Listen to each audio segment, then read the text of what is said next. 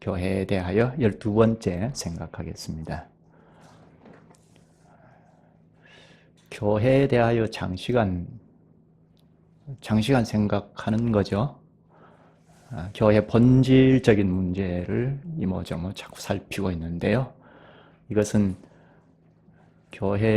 예수님의 교회를 잘 이루기 위함입니다. 우리가 신자로 살려면, 그리스도를 믿고 살려면 그리스도의 교회에 포함되어서 살아야 마땅한데, 그러기 위해서는 그리스도의 교회가 무엇인지 알고 살아야죠. 그리스도의 교회를 전혀 모르고 그냥 예수 믿고 산다. 이것은 말이 되지 않죠.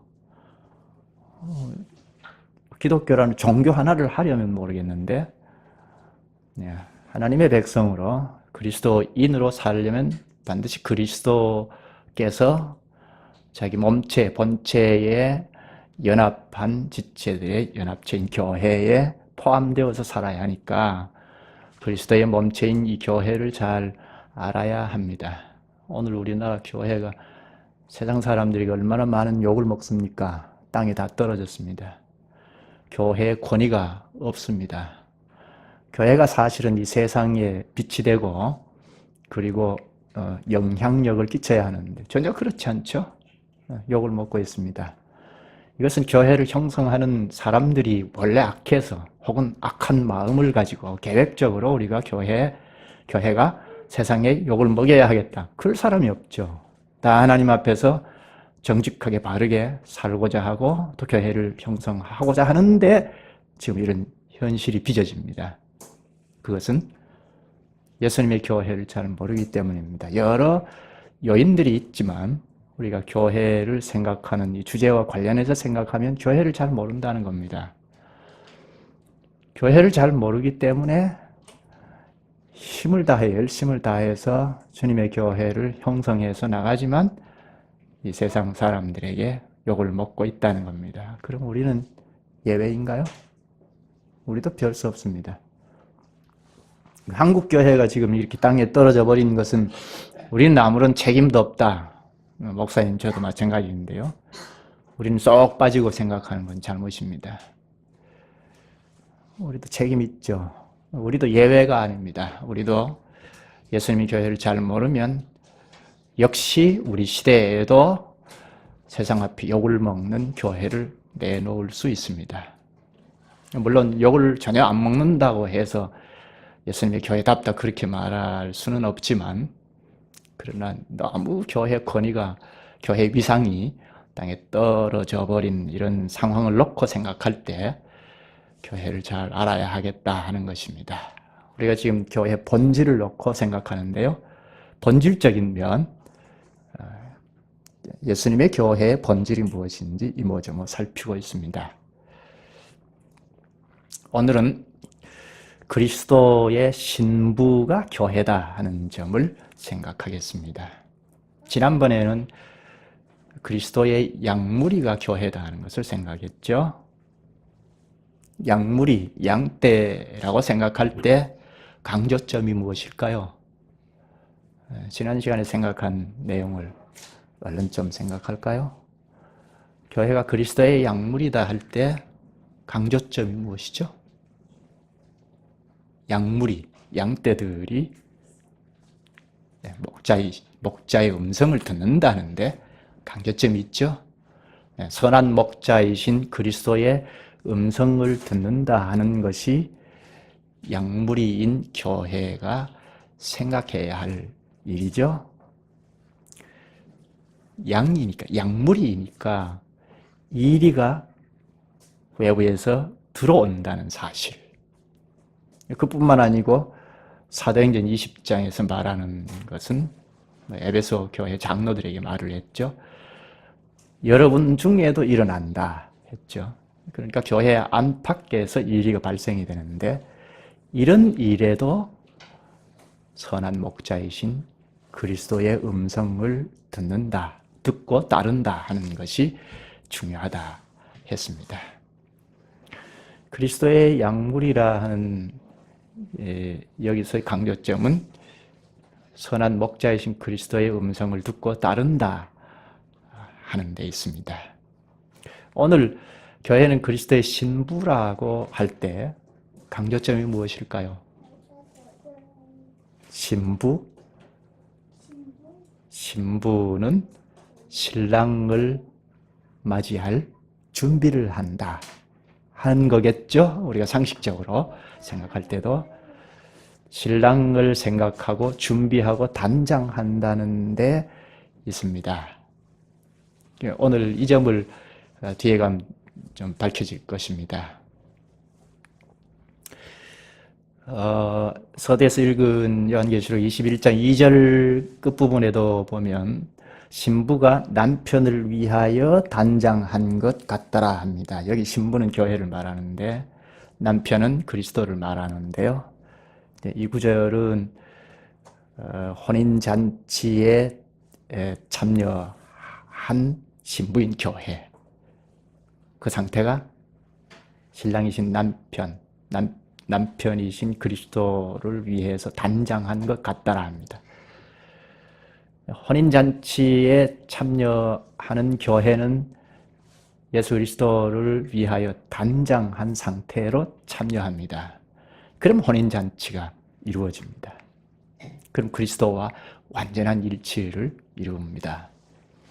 그것을 정점으로 하고 이 땅의 교회는 신랑 되신 예수 그리스도를 만날 것을 기대하면서 준비하고 단장한다는 데 강조점이 있습니다. 이미 하나님께서 천지 만물을 지으시고 혼인제도를 내셨죠. 이 혼인제도, 가정을 이루는 이것은 우리가 지금 현재 생각하고 있는 가정 정도가 아닙니다.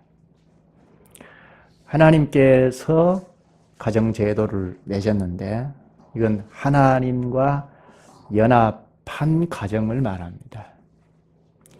하나님께서 하와를 만드셔서 아담에게로 데리고 갔지 않습니까? 그때 아담이 하와를 보고 이는 내 뼈 중에 뼈요 살 중에 살이라 하고 선언하지 않습니까? 하나라는 거죠. 한 몸이라는 거죠. 이것은 하나님께서 내셔서 하나님과 더불어 한 몸이라 하는 것입니다. 그런 점에서 단순한 하나가 아니고 부부 하나 정도가 아니고 그리스도, 오늘로 말하면 그리스도와 연합, 그리스도와 하나라는 것입니다. 그런 점에서 아담과 하와가 연합한 것은 교회적인 성격이 있습니다. 그리스도와 연합한 교회적인 성격이 있다는 것입니다. 그러니까 단순한 가정이 아니죠. 하나님과 더불어 한 몸을 이룬 형태였는데 그런데 아담이 범죄함으로 하나가 다 깨져버렸죠. 하나님으로부터 독립하고 범죄함으로 가정이 온전한 가정이 될 수가 없었죠. 한 몸이 될 수 없었던 겁니다. 하나님이 없으면 한 몸을 이룰 수 없습니다. 그러나 하나님께서는 택자들을 불러내셔서 함께 하셨죠. 하나를 이루셨죠. 족장시대에는 가족 공동체로 하나님께서 불러내셔서 함께 하시고 또 이스라엘 국가교회로 택하셔서 그때는 이스라엘 국가교회 이때는 하나님께서 남편이시고 이스라엘을 아내라고 한 데가 많습니다. 그만큼 구약교회를 사랑하셨다는 겁니다. 아내라고 지칭을 했습니다. 극진히 사랑하셨다는 표현인데요. 그런데 이스라엘 백성들이 하나님을 버리고 우상을 가까이 하고 섬길 때 하나님께서 선지자들을 보내셔서 질책하셨죠. 음행한 행위라고 사정없이 질책을 하셨습니다. 후기 이스라엘 시대에 이렇게 이스라엘 국가교회와 하나님과의 관계가 부부 관계로 표현을 했습니다. 신약에 넘어와서는 교회를 그리스도의 신부로 표현을 했는데 대표적으로 오늘 본문, 앞에서 읽은 본문입니다. 앞에 21장 2절 끝에 언급했듯이 신부가 남편을 위하여 준비한 것, 단장한 것 같더라 하죠. 이때는 새하늘과 새 땅이 펼쳐진 때인데요. 혼인잔치가 펼쳐진 때를 말합니다. 이때 신부인 교회가 남편을 위해서 온전히 단장한 상황입니다. 이 점을 생각하면 오늘 교회가 그리스도의 신부라고 할 때는 이 땅에 있을 동안은 단장한다는 겁니다. 단장해서 신랑이신 그리스도께서 오실 때는 완전한 단장이 되어서 혼인잔치에 들어갑니다. 이 땅에 있는 우리는 혼인잔치를 정점에 두고 단장해 가고 있는 상황입니다. 그것이 무엇이냐 하는 점은 이제 앞으로 설교에 생각할 요지입니다. 먼저 신랑과 신부, 그리스도의 신부라는, 교회는 그리스도의 신부라는 그림을 잘 이해하기 위해서, 우리를 잘 이해하기 위해서는 당시의 혼인 풍습을 좀 생각할 필요가 있습니다. 이스라엘의 혼인 풍습은 한 3-4단계가 있습니다. 이걸 기억하고 설교를 들으시면 우리 교회를 쉽게 납득할 겁니다. 첫 번째는 약혼식이 있고, 그리고 일정한 기간이 있고, 그리고 행진이 있고, 그 다음에 혼인잔치가 있습니다. 한 4단계가 되죠. 첫 번째 뭐라고요? 약혼식이 있습니다. 이 약혼식은 우리나라에서 하는 약혼식보다는 훨씬 더 깊은 뜻이 있습니다. 증인들 앞에서 서약을 하고, 그리고 하나님 앞에 우리를 짝지워 주십시오 하면서 기도를 합니다. 이것은 우리 교회가 혼인식을 하는 것과 똑같습니다. 혼인식도 그렇게 하죠. 증인은 교회 성원들이죠. 성원들 앞에서 서약을 하고, 성원들 앞에서, 증인들 앞에서 하나님 앞에 서약을 하고 하나님 앞에 기도를 하죠. 우리 짝 지워 주십시오 하고 기도를 합니다. 이렇게 하면 혼인식이 끝나는데요. 약혼식이 끝나는데, 그러면 약혼식이지만 법적인 부부가 됩니다. 그 다음에 바로 신접 살림을 차리는 것이 아니고 일정한 기간이 있습니다. 준비 기간이라 할 수 있습니다.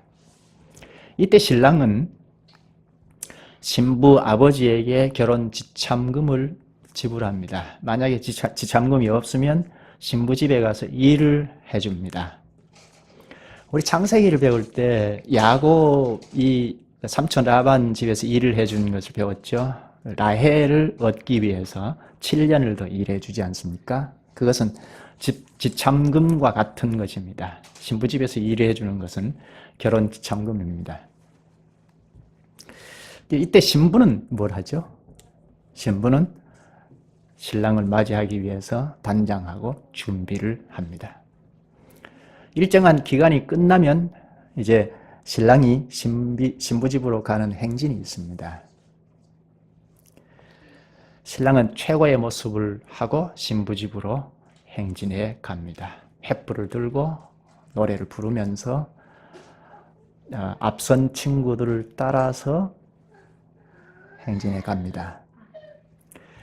신부는 신랑을 맞을 만반의 준비를 하고 기다립니다.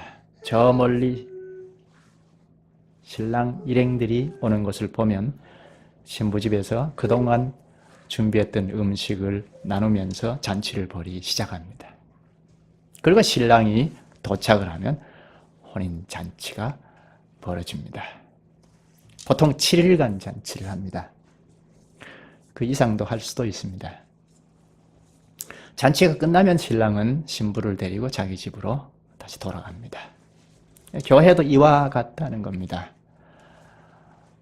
교회도 그리스도와 약혼한 관계입니다. 우리가 예수 그리스도를 믿음으로 그리스도와 연합하지 않습니까? 이건 약혼을 해서 법적으로 부부가 된 것과 같습니다. 세례를 받을 때 나는 그리스도만 믿고 따르겠습니다 하고 고백하지 않습니까? 그러면 둘째 아담인 그리스도께서 이는 내 뼈 중 뼈요 살 중에 살이라 하고 선언합니다. 그것이 무엇이죠? 현실적으로는 삼위 이름으로 공포하는 것입니다. 우리 교회 회원이다. 이것은 단순한 이 조직 교회 회원이다 하는 정도가 아니고 그리스도께서 아내다 하는 선언이라는 겁니다. 에베소서 2장 6절에 보면 그리스도와 함께 하늘에 앉히셨다고 합니다. 우리가 세례를 받는 것이 그저 의식을 치르는 정도가 아니고 그리스도를 믿고 따르겠다는 고백을 하면 법적으로 하늘에 계시는 그리스도께서 지금 하늘에 육체로 계시지 않습니까? 그리스도와 신령하게 연합한다는 겁니다. 그것을 에베소서 2장 6절에는 하늘에 앉혔다고까지 합니다.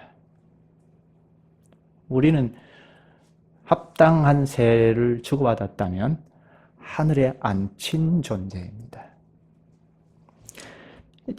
이 땅에 있지만 벌써 하늘에 계신 그리스도와 신령하게 연합하고 있다는 겁니다.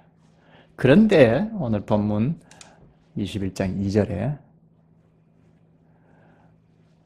새 예루살렘이 하나님께로부터 하늘에서 내려왔다는 표현을 씁니다.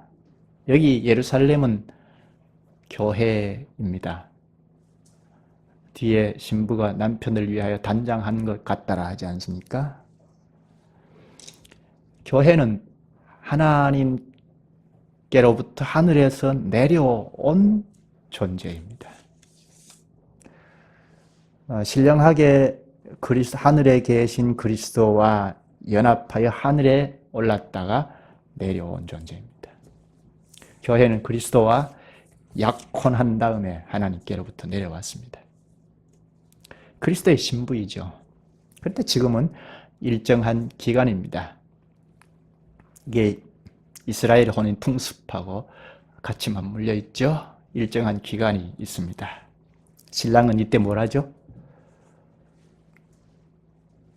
교회의 신랑은 그리스도이죠. 그리스도께서 이 땅에 오셔서 십자가의 죽음으로 아버지께 결혼 지참금을 지불하셨습니다. 이건 단번에 완전한 지참금이죠.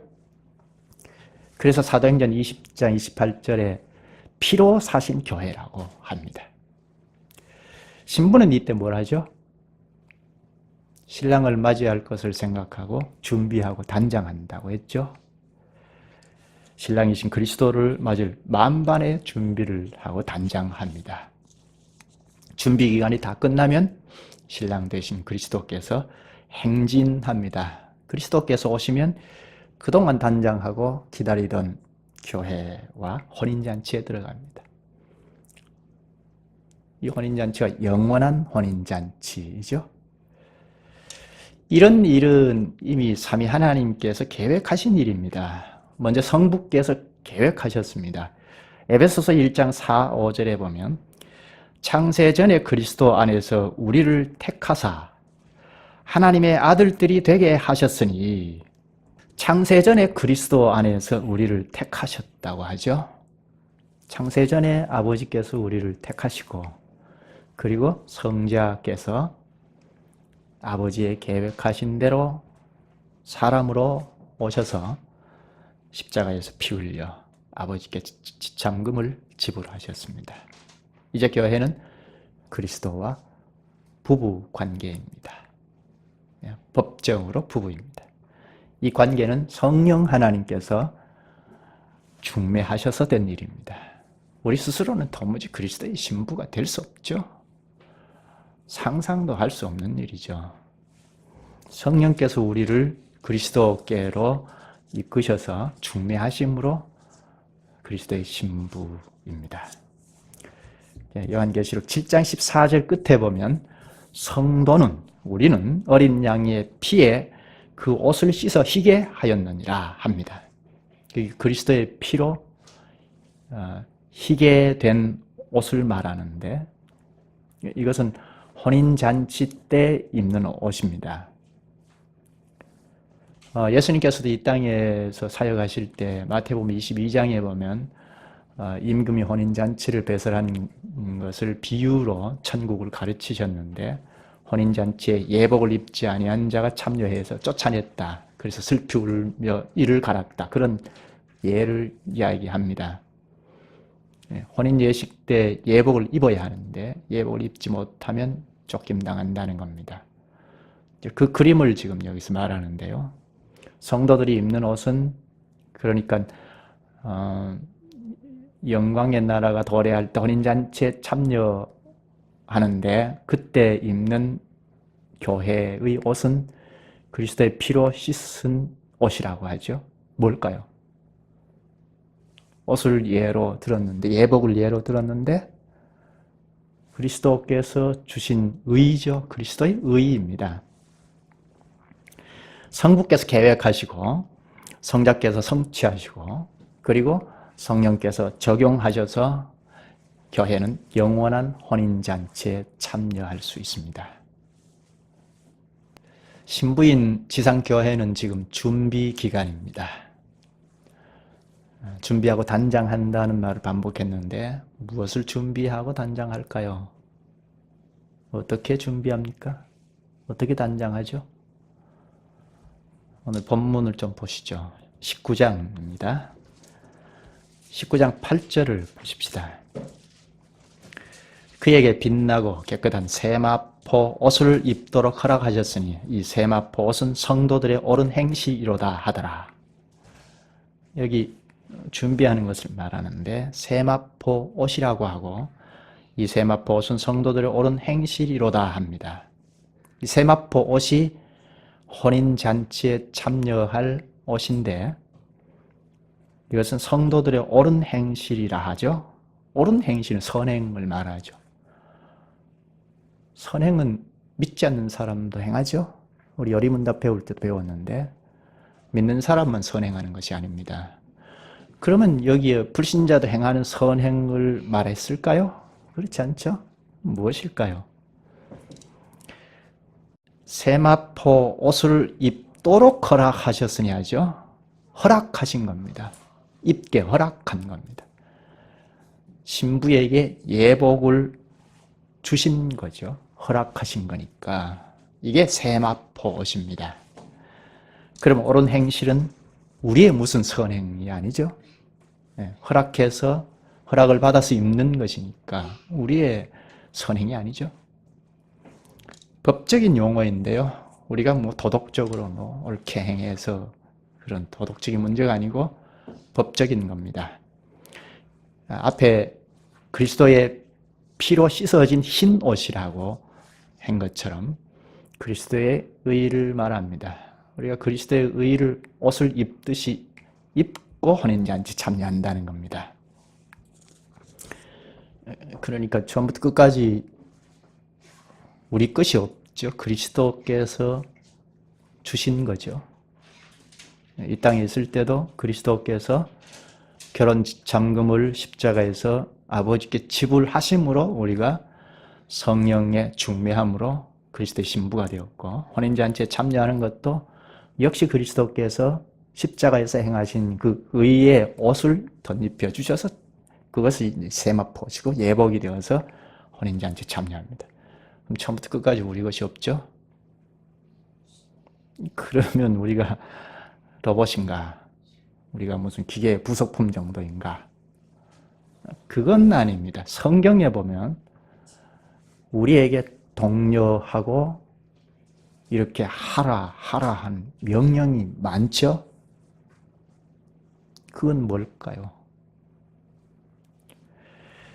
요한계시록 14장 12절에 보면 세번역으로 보면 하나님의 계명과 예수를 믿는 믿음을 지키는 성도들에게는 인내가 필요합니다. 합니다. 이것도 명령이죠. 인내해야 해야 한다.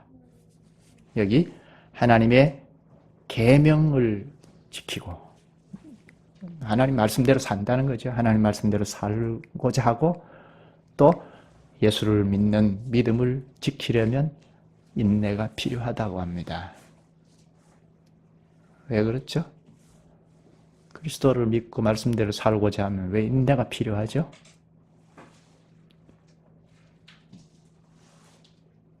그리스도를 믿으면 승승장구하는 것이 아니고 어려움이 있기 때문입니다. 말씀대로 살면 손해가 있기 때문입니다. 그렇죠? 말씀대로 살고 그리스도를 믿는 믿음을 지키고 살면 어려움이 있죠. 고난이 있습니다. 예수 그리스도를 안 믿으면 없을 것인데 믿기 때문에 오는 고난이 있습니다. 그래서 인내가 필요하다고 합니다. 따라서 여기 옳은 행실이란 우리 쪽에서는 인내를 말합니다. 그리스도께서 의의 옷을 우리에게 덧입혀 주셔서 이 땅에서 살게 하시고 단장하게 하시고 혼인잔치에 참여할 때도 역시 그리스도의 의를 힘입고 옷을 입듯이 입고 혼인잔치에 참여합니다. 그런데 우리 쪽에서는 인내가 필요합니다. 예수를 믿기 때문에 오는 온갖 고난, 이것을 끝까지 견디는 행위, 신랑 되신 예수 그리스도를 배신하지 아니하고 신부로서 끝까지 정절을 지키는 행위, 이게 옳은 행실, 선행입니다. 그런데 사람 힘으로 예수 그리스도를 믿고 믿으면서 오는 고난, 박해, 이런 것을 견딜 수 있을까요? 우리의 힘으로, 내 힘으로 신랑이신 그리스도를 배신하지 않고 정절을 지킬 수 있습니까? 우리 힘으로는 할 수 없죠. 그래서 예수를 믿죠. 그래서 예수 그리스도를 믿습니다. 예수 그리스도를 굳게 믿고 의지하고 나가면 그리스도께서 자신의 신이신 성신을 주셔서 마치 옷을 자꾸자꾸 새로운 옷을 입혀주듯이 힘을 공급해 주십니다. 그 힘 때문에 인내할 수 있죠. 정절을 지킬 수 있습니다. 그런 점에서 여기 온갖 고난이 있을지라도 견디는 힘, 이게 성도들의 옳은 행실입니다. 그리스도를 믿는다. 성령께서 공급해 주시는 힘을 힘써 받아서 그 힘으로 살아간다, 견딘다, 정절을 지킨다. 이것은 예수 믿을 때만이 아니죠. 예수 그리스도를 믿은 이후에도 끊임없이 그리스도를 늘 의지하고 혹은 성령의 능력을 늘 힘입어서 살아갑니다. 그래서 신앙, 믿음 생활이라고 하죠. 예수 믿은 이후에는 내 힘과 꾀로 살아가고 하는 것이 아니라는 말입니다. 자력으로 살아가는 것을 다 버리고 그리스도께서 주신 성령을 힘입어서 사는 행위가 바로 옳은 행실입니다. 선행입니다. 끝까지 성령의 능력을 입어서 사는 삶이 바로 혼인 예식에 참여하는 세마포 옷입니다. 예복입니다. 옷을 입고 살듯이 성령을 늘 힘입어서 사는 것이 세마포 옷입니다.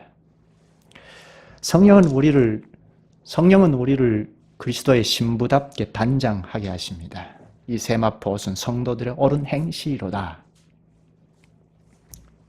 따라서 신부인 우리가 준비할 것은 첫째는 옳은 행실인데 이것은 끝까지 예수 그리스도를 믿는 행위 혹은 성령을 늘 쫓아서 살아가는 행위. 내 힘과 꾀로 사는 것을 다 내려놓고 그리스도께서 공급하시는 혹은 성령께서 인도해 가시는 것, 인도를 따라서 살아가는 행위. 이것이 우리가 신부로서 단장해야 할 내용입니다. 또 하나는 신랑이신 그리스도의 형상을 닮아가는 것입니다. 같은 말인데 이모 저모 말하는 것입니다. 로마서 8장 29절에 보면 하나님이 미리 아신 자들을 또한 그 아들의 형상을 본받게 하기 위하여 미리 정하셨으니 그리스도의 형상을 닮게 하려고 불렀다고 하죠. 어떻게 닮을 수 있습니까? 우리 자력으로는 할 수 없죠. 근데 그리스도를 굳게 믿고 가면 자신의 신이신 성신을 주셔서 성령께서 그리스도의 형상을 닮아가게 하십니다. 신부인 교회는 성령께서 그리스도의 형상으로 자꾸 변화시켜 주십니다. 이런 점에서 성령을 끝까지 쫓아가야 하죠. 성령을 늘 의지하고 성령의 인도를 따르면 교회는 그리스도의 신부답게 자꾸 단장해 가게 됩니다. 그래서 나중에는 조금 더 흠 없게 하십니다. 어느 날 그리스도께서 오십니다. 그리스도께서 오신 그날 아버지 앞에 신부인 교회가, 전 세계 교회이죠. 전 세계 교회가 신부로, 전부 우리는 이제 분자로 연합해서 한 사람 신부로 아버지 앞에 설 겁니다. 아버지 앞에 선 신부인 교회의 참모습, 신부다운 모습은 어떤 모습이요? 생각한 것처럼 성령을 의지하는 것, 끝까지 신랑이신 그리스도를 의지하고 나가는 그 자태, 성령을 의지하는 모습, 그게 신부다운 겁니다. 그 모습을 보신 아버지께서 기뻐하실 겁니다. 그래서 신랑이신 그리스도를 내어주십니다. 그리스도께서는 신부다운 성령을 의지하고 그리스도를 철저히 의지하고 끝까지 달려온 신부인 교회를 보고 이는 내 뼈 중에 뼈요 살 중에 살이라 하고 선언하실 겁니다. 그리고 혼인잔치에 들어갑니다. 그때 그리스도와 완전한 연합을 이룹니다. 오늘 교회는 신랑이신 그리스도와 다시 만날 때까지 늘 그리스도를 믿고 가는 것, 혹은 성령을 의지하여 살아가는 것, 내 힘과 꾀를 늘 버리고 쳐서 복종시키고 성령을 쫓아가는 삶이 신부다운 삶입니다. 그리스도의 형상을 닮아가는 삶이 신부다운 삶입니다. 이걸 한마디로 말하면, 한마디로 좀 요약하고 싶어서 뭘까 생각했는데요. 한마디로 말하면 신랑이신 그리스도를 사랑하는 겁니다. 이 땅에서의 준비는 신랑이신 그리스도만 사랑하는 겁니다. 우리가 무슨 업적을 내서 준비하는 것이 아니고, 신부인 교회가 준비할 것은 늘 언제든지 어떤 상황에서든지 그리스도를 우리의 신랑으로 알고 기다리며 기대하며 사랑하는 겁니다. 어떤 신부가 자기 남편을 두고 다른 남자를 사랑하면 그 관계가 깨지죠. 교회가 그와 같습니다. 예수님만 사랑해야 참 교회입니다. 예수님을 향한 사랑이 식어지면 이건 위험한 일입니다. 예수님을 향한 사랑이 신부된 교회의 생명입니다.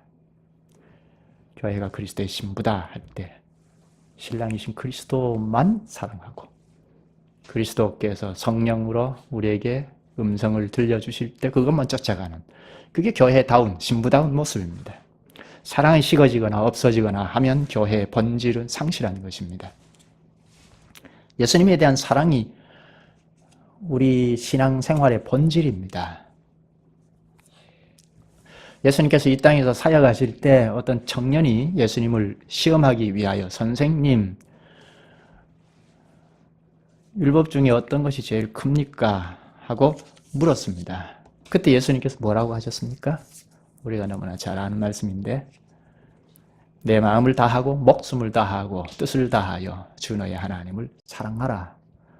그리고 내 이웃을 내 몸과 같이 사랑하라 하셨습니다. 이게 율법의 강령이라고 했습니다. 당시에 하나님의 말씀 전부의 강령이니까 오늘날 신약까지 포함될 수 있습니다. 하나님의 말씀을 요약하면 사랑이라는 겁니다. 하나님의 말씀을 지킨다 할 때 하나님을 사랑하면 다 지키는 것이 되고,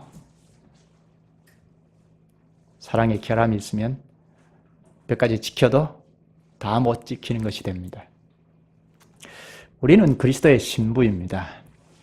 지체로 분자로 다 참여하여 한 사람 신부로 단장하고 있습니다. 따라서 신랑이신 그리스도를 절대적으로 사랑하는 것이 신부답습니다. 그리스도를 사랑하지 않으면 우리 분자들인 형제들을 온전한 사랑을 할 수 없습니다. 사랑이 신부된 모습을 갖추는 진정한 자태입니다. 예수만 사랑하고 가는 것이 신부의 단장입니다. 다른 것 사랑하다가 물질, 명예, 권세, 다른 것을 쫓아가다가 신랑이신 그리스도를 맞이할 수 없을 수 있습니다. 신부다운 것은 신랑인 그리스도만 사랑하는 것입니다. 그러면 이 땅에서 신랑이신 그리스도만 사랑하는 가장 현실적인 모습은 어디에서 알 수 있을까요? 예배에서 알 수 있죠. 하나님 앞에 나와서 우리가 다 한 사람 신부로 서서 하나님 앞에 예배할 때 가장 신부다운 모습을 쉽게 볼 수 있습니다.